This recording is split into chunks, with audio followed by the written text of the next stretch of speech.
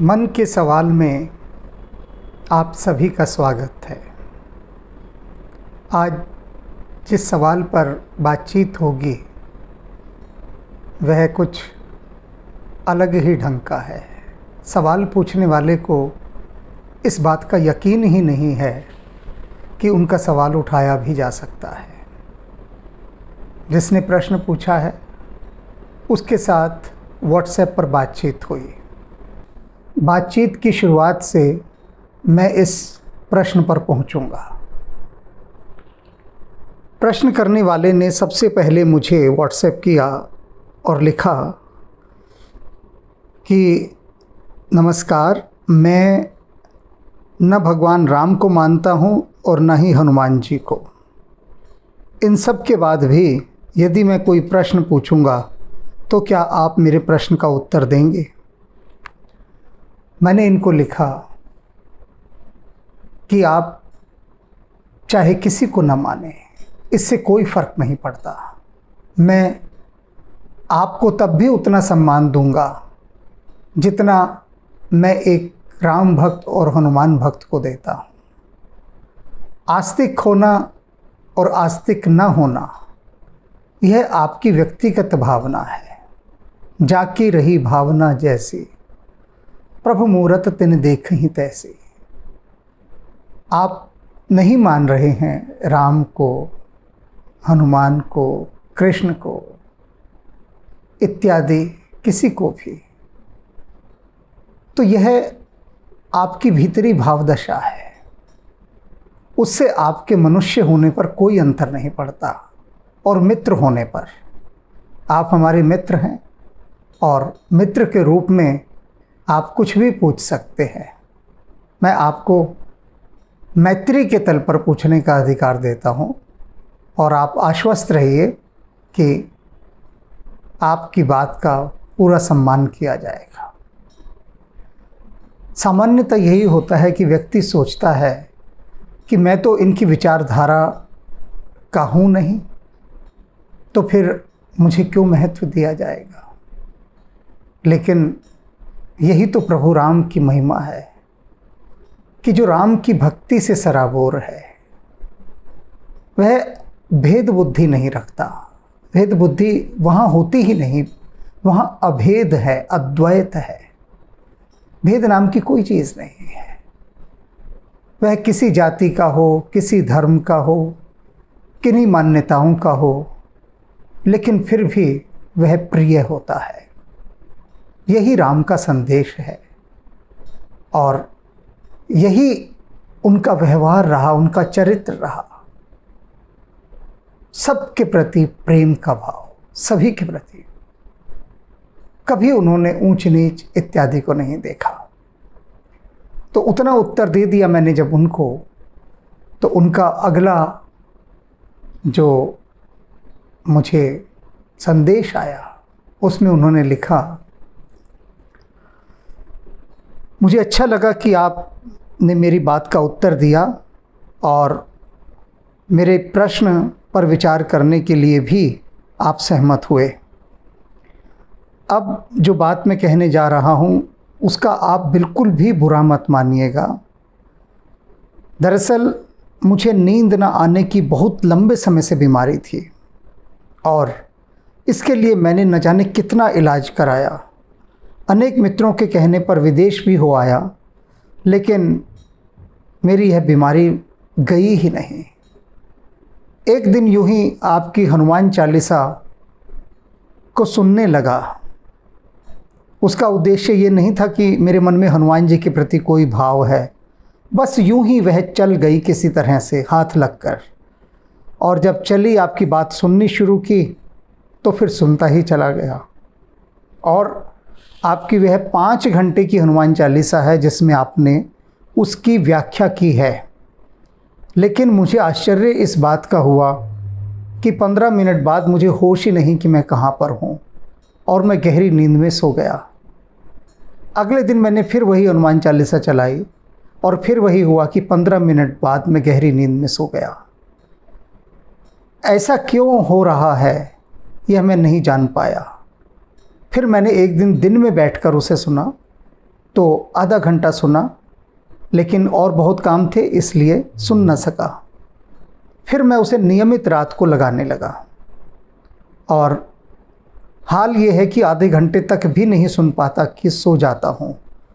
तो सबसे पहले तो यह बताइए कि आपकी हनुमान चालीसा की इस व्याख्या में ऐसा क्या है कि जो बड़े बड़े डॉक्टर नहीं कर सके, वह नींद मुझे आपके इन प्रवचनों को सुनकर आ जाती है।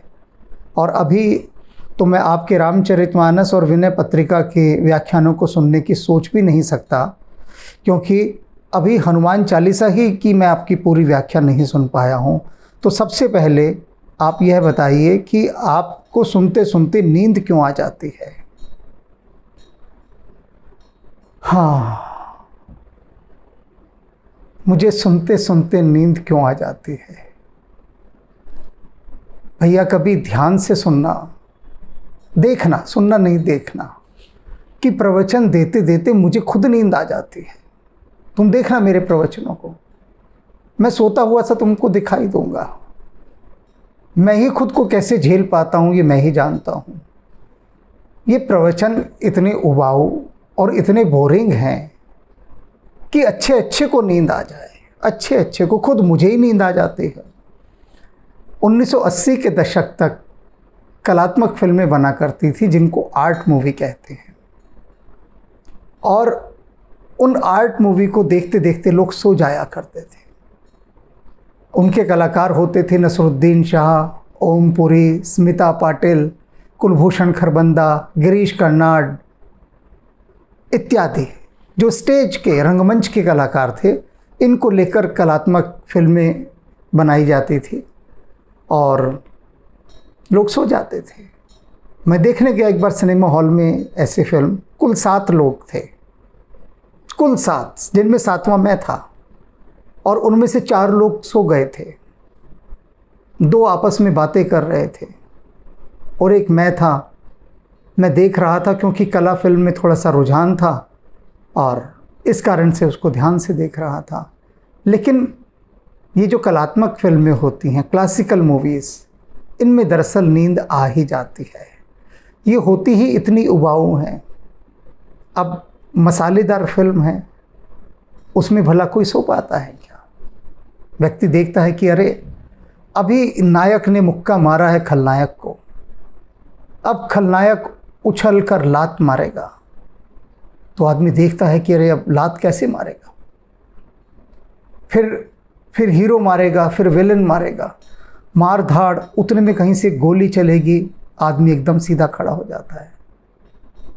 और फिर नायक जाता है कि चलो कहीं पर नाच गाना हो रहा है, वहाँ पर जो गाने वाली स्त्री है वह उपस्थित लोगों से कह रही होती है कि आइए और सब मेरे हृदय में जलती हुई इस आग से अपनी बीड़ी को जला लीजिए, दिल माँ मेरे बड़ी आग है। वो बार बार पुकार पुकार कर लोगों को आमंत्रित करती है कि आओ और मेरे हृदय की जलती हुई इस आग से अपनी बीड़ियों को जला लो। अब लोगों की कमर सीधी हो जाती है, सिनेमा हॉल में सजग हो जाते हैं, देखते हैं कि कौन अपनी बीड़ी जला पाता है। तो ये मसालेदार फिल्म आदमी को सोने नहीं देते। ये माया ही तो मसाला है जो आदमी को इस माया जाल में ऐसा जगाए रखता है, ऐसा जगाए रखता है कि ध्यान में उसकी आंख बंद हो जाए, नहीं हो सकता। माया की जो मसालेदार फिल्म चल रही है और इधर जो राम के व्याख्यान, हनुमान जी के व्याख्यान चलते हैं, उनमें मसाला नहीं है, उनमें एक उबाऊपन है, शास्त्रीयता है। शास्त्रीय संगीत सुना है? शास्त्रीय संगीत सुनने गया एक व्यक्ति और उधर जो गायक थे उन्होंने आलाप देना शुरू किया। उनके आलाप को देखकर वह कहने लगा कि लगता है इनके पेट में बहुत दर्द है, तो देखो किस तरह से रो रहे हैं, आ। तो भैया इन प्रवचनों में बहुत उबाऊपन है, बोरिंग है, इसलिए नींद आना तो स्वाभाविक ही है। अब जब मैंने उनको यह उत्तर दिया तो उनका जो प्रत्युत्तर आया यानी रिप्लाई आया, उसमें उन्होंने लिखा, मैं माफ़ी चाहता हूँ, मेरा ये मतलब बिल्कुल भी नहीं था और आप भी समझ रहे होंगे मैं यह नहीं कहना चाहता। मैं सिर्फ यही कारण जानना चाहता हूँ कि ऐसी क्या बात है कि इन व्याख्यानों को सुनते सुनते मुझे नींद आ जाती है, इनमें ऐसा है क्या? जबकि मैंने आपसे पहले ही कहा कि मैं भगवान राम को मानता हूँ, ना हनुमान जी को मानता हूँ, लेकिन फिर भी इनको सुनना अच्छा लग रहा है। बस आप कृपया करके मुझे इस बात का राज बता दीजिए। तो मैंने इनको लिखा कि ये जो अब दूसरी बार आपने बात पूछी है, आपके इस प्रश्न को मैं मन के सवाल में उठाऊंगा और वहाँ उत्तर दूंगा, क्योंकि ऐसे अनेक भक्तों के संदेश मेरे पास आए हैं कि हम जैसे ही आपके व्याख्यान सुनना शुरू करते हैं हमें नींद आ जाती है और हमें बड़ा दुख होता है कि हम प्रभु के नाम पर कैसे सो जाते हैं।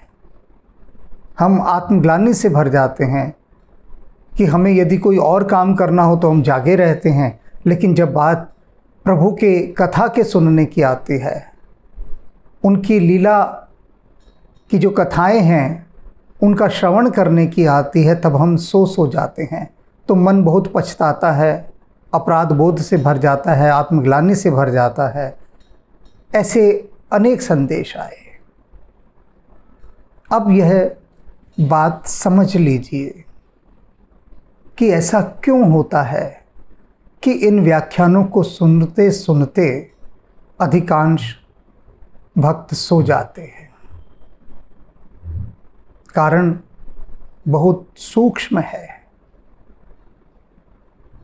समझ आ जाएगा यदि समझने का गहराई से प्रयास किया जाए तो। सबसे पहली बात तो यह है कि इन प्रवचनों को मैं नहीं कह रहा, ये प्रवचन मेरे है ही नहीं। ये जो व्याख्यान हैं ये हनुमान जी की कृपा से आविर्भूत हो रहे हैं। उनकी कृपा से वे साथ होते हैं जब मेरे व्याख्यान हो रहे होते हैं, उसी समय उनकी साक्षात उपस्थिति होती है, उनका ही मैं आश्रय लेकर कुछ कह पाता हूँ। पहली बात। अब दूसरी बात जो गहरी समझ लेने वाली है कि जैसे ही आप बैठते हैं सुनने, सुन कौन रहा है? आपका ये शरीर, आपकी ये इंद्रियां। संसार की मारामारी में आपकी जो चेतना है वो प्यासी की प्यासी रह जाती है और प्यास से वो छटपटा रही है, जैसे जलबिन मछली छटपटा रही है। अब जैसे ही आपने इन व्याख्यानों को सुनना आरंभ किया तो चेतना की जीभ में एक बूंद गिरती है, जाकर वो शांत होती है। फिर आप थोड़ा और सुन रहे होते हैं तो चेतना की प्यास धीरे धीरे बुझने शुरू होती है, उसे जन्म मिलता है, तृप्ति मिलती है। अब जब चेतना तृप्त होना शुरू होती है तो वो सोचती है कि अभी ये जो शरीर यंत्र के रूप में, एक डिवाइस के रूप में इस्तेमाल मैं कर रही हूँ, अगर ये अभी किसी और काम धंधे में लग गया तो मेरा सुनना समाप्त हो जाएगा। जो सीरीज़ है हनुमान चालीसा की या रामचरितमानस की, उसका नाम रखा है सोते समय भी सुनता है मन। जो लंबी सीरीज़ हैं, छोटी की बात नहीं कर रहा मैं, लंबी सीरीज़ का नाम रखा है सोते समय भी सुनता है मन। तो चेतना क्या करती है कि ये जो शरीर सुन रहा है इसे मैं सुला दूं, इसके सारे जो सिस्टम है वो स्लीपिंग मोड पर डाल दूं। बहुत अच्छा शब्द है ये कंप्यूटर की भाषा का, स्लीपिंग मोड। वो कहती है इसकी कोई ज़रूरत नहीं, ये जो शरीर मुझे इस समय इन दिव्य व्याख्यानों को सुना रहा है, यही तो मुझे चाहिए थे बरसों से। ये जो राम नाम है, ये जो नाम की महिमा है, ये जो सुनवा रहा है, तो इसको मैं स्लीपिंग मोड पर ले आऊं। तो चेतना एक एक सिस्टम को ऑफ करना शुरू करती है। तो सबसे पहला सिस्टम करती है, आपकी आंखें ऑफ कर देती है, बंद कर देती है। अब आंखों के बंद होते ही क्या हुआ, बाहर का सारा संसार बंद हो गया, आपको सुला देती है वो। आप सो गए तो ना हाथ पैर पटकेंगे ना कुछ और करेंगे, बस शांत सो रहे हैं। अब आपके कानों के माध्यम से होते हुए वो चेतना आराम से अपना सुखासन में बैठकर पूरी रात सुनती है, जब तक कि चल रहा होता है वो व्याख्यान। आपको लगता है आपने नहीं सुना। अभी जैसे इन मित्र ने कहा कि मैं 15 या 20 मिनट भी नहीं सुन पाता कि सो जाता हूँ, और मुझे इस बात का बेहद अफसोस है कि मैं पूरा क्यों नहीं सुन पाया। लेकिन मैं बता दूँ आप सभी को कि जब आप ये 5 घंटे का व्याख्यान चलाकर सो जाते हैं, तो आप ये मत समझिए कि आपने नहीं सुना। सुनने वाली जो मूल शक्ति है भीतर की चेतना, वो पूरे 5 घंटे इसे तसल्ली से सुनती है, उसे कोई बाधा नहीं होती। अगर आप जागे होंगे ना रात को आपने सुनना शुरू किया सोने से पहले, क्योंकि 8 बजे के आसपास ही अपलोड होता है यूट्यूब पर, फिर आप इसे सुनते हैं और आप जागे जागे सुन रहे हैं पूरा प्रवचन, तो क्या होगा। अभी उधर रसोई में कोई खड़का हुआ तो आप बोलेंगे कि अरे कौन है रसोई में, रसोई से कोई आवाज़ नहीं आएगी।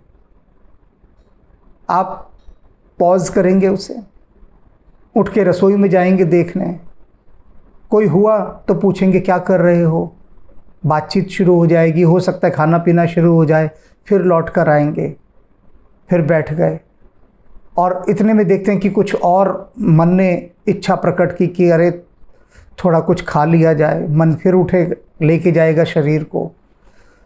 वो जो चेतना है, वो जो सुनने बैठी थी व्याख्यान को, उसे आनंद नहीं आएगा, वो बुझ जाएगी, सोचेगी ये क्या है, बार बार ये शरीर कितनी बाधा उत्पन्न कर रहा है। अभी इधर मेरी तारतम्यता बंधी थी और इस शरीर को बार बार उठना ही है, तो वो क्या करेगी, शरीर को सुलाना आरंभ करेगी, जिससे वो धैर्यपूर्वक सुन सके, अपनी प्यास बुझा सके। ये सबसे बड़ा कारण है, सबसे बड़ा कारण, क्योंकि शरीर एक डिवाइस की तरह वह इस्तेमाल करती है, सिर्फ डिवाइस की तरह। आपको लगता है आपने नहीं सुना, लेकिन सुना है। और जैसे इन मित्र ने कहा कि मैं ना भगवान राम को मानता हूँ, ना हनुमान जी को मानता हूँ, किसी को नहीं मानता, लेकिन बस सुनना अच्छा लगता है जो आप उनके बारे में कह रहे हैं, बस मैं यूं ही सुनता हूँ। तो उनको मैं एक बात बता दूँ, एक छोटी सी उदाहरण के माध्यम से, 2 उदाहरणों के माध्यम से। एक व्यक्ति ने कहा कि मैं दूध को नहीं मानता, दूध के गुणों को नहीं मानता, और दूध से मेरा कोई लेना देना नहीं है, लेकिन दूध पीना मुझे अच्छा लगता है। अब दूध यह नहीं कहेगा कि भाई तू तो मुझे मानता ही नहीं, तू मुझे पिएगा तो मैं तुझे शक्ति दूंगा ही नहीं, बिल्कुल भी नहीं कहेगा। जिसने भी दूध पिया, दूध का जो एक बाई प्रोडक्ट है, जो उसका गुणधर्म है, वह निभेगा ही निभेगा। आपने दूध पिया, आपकी भूख भी शांत होगी, आपको शक्ति भी मिलेगी, आपकी प्यास भी बुझेगी। दूध का जो धर्म था वो उसने निभाया। दूध को इससे कोई फर्क नहीं पड़ता कि आप उसे माने या ना माने। एक मित्र मेरे, आप जैसे ही, जैसे अभी आपने कहा कि न मैं राम को मानता हूँ, ना हनुमान को, ना कृष्ण को, ना किसी और को, ऐसे ही एक मित्र, अब मैं देखिए बता रहा हूँ, वो भी मेरे मित्र हैं जो इनमें से किसी को भी नहीं मानते, और आप भी मेरे मित्र हैं। तो मित्रता का इससे कोई अंतर नहीं पड़ता, कोई भी नहीं। तो उन मित्र ने कहा कि देखो भाई, ये जो गंगा है ना, मैं इसे माँ वगैरह तो बिल्कुल नहीं मानता, कि जिस प्रकार से आप गंगा मैया को देखते ही हाथ जोड़ देते हैं। मेरे साथ गए थे वे ऋषिकेश, पहले हरिद्वार गए, फिर हम ऋषिकेश गए, वे साथ ही थे यात्रा में। तो वो कह रहे थे मैं आपको देख रहा हूँ कि जैसे ही आप उस क्षेत्र में गए, आपने बोला जय गंगा मैया के, और फिर गंगा मैया को देखते ही आपने दंडवत प्रणाम किया, हाथ जोड़े रहे। वे बोले कि मेरे से ये सब नहीं होता। क्या है ये? एक नदी है, पानी बह रहा है और आप हाथ जोड़ रहे हैं, जय गंगा मैया। इसमें क्या गंगा मैया हो गई? बहता पानी है। मैंने कहा मित्र, तुम बिल्कुल ठीक कह रहे हो। मानो तो मैं गंगा माँ हूं, न मानो तो बहता पानी। पर एक बात बताओ, ये यहां आने की जिद किसने की थी? तुमने की थी या मैंने की थी? बताओ। उसने कहा तो मैंने ही था, क्योंकि हम एक दो बार वो नदी में जो जाते हैं ना, राफ्टिंग, उसके लिए गए थे। तो मैंने स्नान किया गंगा में। तो कहते कि बस इस नदी में स्नान करना मुझे बहुत अच्छा लगता है, सारे तनावों से मुक्त हो जाता हूँ मैं, और लगता है कि बस इसके पास बैठे ही रहो, बैठे ही रहो, बैठे ही रहो। मैंने तो यहाँ तक सोच लिया है कि इसके किनारे यहाँ पर महीने भर के लिए कभी आ जाया करूँगा, बैठा करूँगा। मैंने कहा तुम सबसे अधिक गंगा को मानने वाले हो भाई, सबसे अधिक। तुम चाहे इसे माँ ना कहो, इसके आगे हाथ ना जोड़ो, लेकिन इसके सानिध्य में जो तुम समय बिताना चाहते हो, जो तुम्हें सुख मिलता है, जो तुम्हें तृप्ति मिलती है, जो तुम्हें शांति मिलती है, वह गंगा का गुणधर्म है। तुम गंगा को नहीं भी मानोगे, नहीं भी माँ कहोगे, तो भी वह तुम्हें स्नान कराकर उतना ही संतुष्ट और तृप्त करेगी। तब भी वह तुम्हारी प्यास उतनी ही बुझाएगी जितनी कि एक अपने मानने वाले को बुझाती है। गंगा को कोई अंतर नहीं पड़ेगा। और तुम ना मानो, लेकिन फिर भी तुम ना मानने वालों से ज़्यादा मान रहे हो। अभी तुमने स्वयं कहा कि मेरा मन करता है कि गंगा के किनारे 1 महीने आकर अपना शांति से बैठा रहूं। तो ये कौन? तुम्हारे भीतर की जो चेतना है, वह चेतना, वह तुम्हें दूसरे दूसरे रास्तों से खींचती है। अगर तुम अध्यात्म और भक्ति के मार्ग से नहीं जा सकते तो उनका प्रश्न था, अच्छा एक बात बताइए कि अगर मैं ये कहूँगा कि गंगा मैया, तो क्या फ़र्क पड़ जाएगा? तब अब जैसे ये कह रहे हैं कि मैं न राम को मानता हूँ न हनुमान को, लेकिन अच्छा लगता है सुनना, बस एक कण मात्र का भेद हो जाता है कि तब आनंद जो है वो शतगुणित होकर बढ़ेगा, शतगुणित होकर। अभी जब बिना गंगा मैया का जयकारा लगाए गंगा में उतरते हो, तब एक रूखा सूखा इंसान उतरता है, रूखा सूखा। लेकिन जब उसके साथ भाव का जुड़ाव होता है, भाव का, तब आनंद अनंत अनंत गुणा बढ़ जाता है, अनंत अनंत गुणा। आप मिठाई की दुकान पर जाकर जितना मर्जी हलवा खा लीजिए, कोई आनंद नहीं आएगा।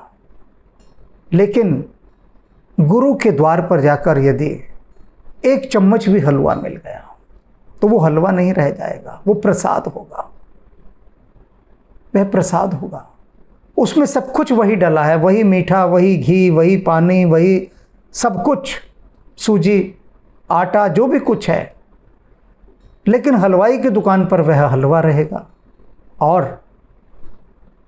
मंदिर में आकर वह प्रसाद बन जाएगा।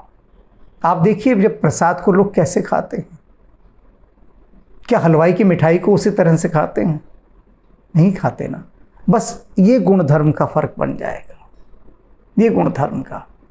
वही भोजन होता है जो आप रेस्टोरेंट में खाते हैं, शोर मचाते हुए, चिल्लाते हुए, बातें करते हुए। वही भोजन जब आश्रम में या गुरु के लंगर में मिलता है, तब आप कितने शांत होकर और कितने भाव से खाते हैं। वहाँ रोटी भी हाथ में ऐसे लेकर खाते हैं, वहाँ सिर्फ एक दाल होगी, फुल्का होगा, और दाल फुल्के में ही आपको ऐसा आनंद आता है कि आप झूम जाते हैं। क्यों? किसे आता है? चेतना को आता है, वो भीतर की चेतना को। आपको नहीं आता। इस गलत फहमी में बिल्कुल मत रहिए कि आपको आनंद आता है ना। शरीर को तो आनंद तभी आता है जब वो जो नाचने वाली कहती है कि मेरे हृदय की आग से आप बीड़ी जला लो, उसको। लेकिन जब चेतना को आनंद आता है तो वो उसका एक छोटा सा अंश आपको भी दे देती है, इस शरीर को, कि ले मैं तो झूम ही रही हूँ, तू भी थोड़ा झूम ले। तो तब भक्ति में शरीर झूमता है। तब पहले चेतना झूमती है, तब शरीर झूमता है। ये गहरे सूत्र हैं। इसलिए यदि अपने भीतर के चैतन्य को समृद्ध करना है, पुष्ट करना है, बलिष्ठ करना है, तो शरीर को निश्चेत होने दीजिए। जितना शरीर निश्चेत होगा, उसकी चेष्टाएं ना हो शरीर को शांत ढीला छोड़ दें, उसे एक उपकरण की तरह इस्तेमाल करें, उपकरण की तरह। और जब शरीर उपकरण बन जाएगा, तब जो भीतर की चेतना है वह समृद्ध होगी, फिर वह चक्रों तक कुछ शक्ति पहुंचाएगी। ये बहुत बाद की बात है। चेतना जब समृद्ध हो जाती है तब वह चक्रों को कुछ कुछ ऊर्जा देती है, और चक्रों के खुलने का सिलसिला तो बहुत ही दूर की बात है, अलग बात है। तो इसलिए प्रयास ये करें कि जब भी इन व्याख्यानों को सुने, उस समय अपने शरीर को अन्य बाकी गतिविधियों से अलग कर दें, दूर कर दें। तभी मैं थोड़ा यही निवेदन करता हूँ कि रात सोने से पहले सुने, सोने से ठीक आधा घंटा पहले, क्योंकि उस समय संसार आपको सताएगा नहीं। न घर की घंटी बजेगी, न मित्र का फ़ोन बजेगा, न व्यापारियों के फ़ोन बजेंगे, न ऑफिस से कोई कॉल आएगा, कुछ नहीं होगा रात को, सब शांत। तो बहुत सारी बाधाएं, बैरियर्स, वो बैरियर हट जाएंगे बहुत सारे, जो नाके बने हुए, जगह जगह के नाके, और उन नाकों पर आपको रुकना पड़ता है। और अपनी चेतना को समृद्ध करने के लिए नियमित रूप से करें, नियमित रूप से ध्यान करें। ध्यान विधियों में मैंने कितनी ध्यान विधियां बताई हैं और आगे भी बताऊंगा, जो जीवन में आप कदम कदम पर कर सकते हैं। जागते हुए भी कर सकते हैं और सोते हुए भी कर सकते हैं, ऐसी ध्यान विधियां। तो इसका जो सुंदर फल होगा ना, वह यह होगा कि एक दिन आप देखेंगे कि आप भीतर से बहुत समृद्ध हो गए हैं, धनी हो गए हैं। किससे? ध्यान की संपदा से। वे ध्यान की संपदा आपको आपके विराट रूप से मिलवाना शुरू करेगी। अभी रूप विराट नहीं है, अभी तो वही एक आम इंसानी सारी बात चल रही है। उससे ऊपर उठना है, दिव्यता की ओर जाना है, दिव्यता की ओर। कहा है ना, तमसो मा ज्योतिर्गमय। तो ये जो अंधकार है, इससे प्रकाश की ओर जाना है। और प्रकाश की ओर कब जाएंगे? जब चेतना प्रकाशित होगी, तब। इसलिए अभी जो कल एक ध्यान विधि मैंने दी थी, उसको भी जीवन में बहुत अपनाएं कि जितना समय मिले, जब समय मिले, 30 सेकंड के लिए, 15 सेकंड के लिए आंखें बंद करें और भीतर जाने का प्रयास करें। बस आंखें बंद करें। पूरे दिन में 15-15 किश्तों में ध्यान, ये नाम था उस ध्यान विधि का, किश्तों में ध्यान। 12 घंटे यदि आप जागें, सुबह 6 बजे से और शाम के 6 बजे तक, इन 12 घंटों के अंदर जब बहुत काम होता है, उसके बीच में आप प्रयास करें 15 सेकंड, 10 सेकंड, 5 सेकंड, जब समय मिले आंखें बंद कर लें। तो उससे क्या होगा? चेतना को एक एक बूंद मिलती जाएगी, एक एक बूंद, और उसका घड़ा भरता जाएगा। बूंद बूंद से ही तो घड़ा भरता है ना। चेतना का घड़ा भरना है। और अनेक मित्रों ने पूछा है, भक्तों ने पूछा है कि आंख बंद करके हम क्या करें? अरे करना कुछ नहीं है। क्या करेंगे आप? कुछ नहीं करना, बस आंखें बंद करें। लेकिन फिर भी उनका मन कुछ करने का करता है, तो कोई भी एक दिव्य प्रसंग, कोई भी एक, अब राम कथा आप सुन ही रहे हैं, तो प्रभु राम की लीला का कोई भी एक प्रसंग अपनी आंखों के सामने प्रकट कर लें, उस पर विचार करें, चिंतन करें, उसका आनंद लें, कोई भी एक प्रसंग, तो आप देखेंगे इस तरह से किन्हीं भी भगवान राम हैं, कृष्ण हैं, हनुमान जी हैं इत्यादि, जो भी हैं, जो भी महापुरुष हैं, जो भी आज तक जितने भी महापुरुष हुए हैं, किसी की भी महापुरुष का, किसी भी अवतार का कोई भी एक प्रसंग, उस समय उन बंद आंखों के बीच में उसका सुमिरन करें, उसे याद करें, उसे अनुभव करें, महसूस करें, और देखेंगे आप महीने भर के अंदर ही क्या से क्या आप प्रगति कर जाएंगे ध्यान के पथ पर। तो आज मन के इस सवाल के माध्यम से बहुत सारे ऐसे सूक्ष्म चर्चाएं हो गई हैं कि जिन्हें बहुत संभाल कर रखना है और उन्हें करना है, क्योंकि बिना चले यात्रा नहीं होगी, केवल सुन लेने से यात्रा नहीं होगी, चलना भी पड़ेगा। तो फिर चलने के लिए अपने आप को तैयार कीजिए।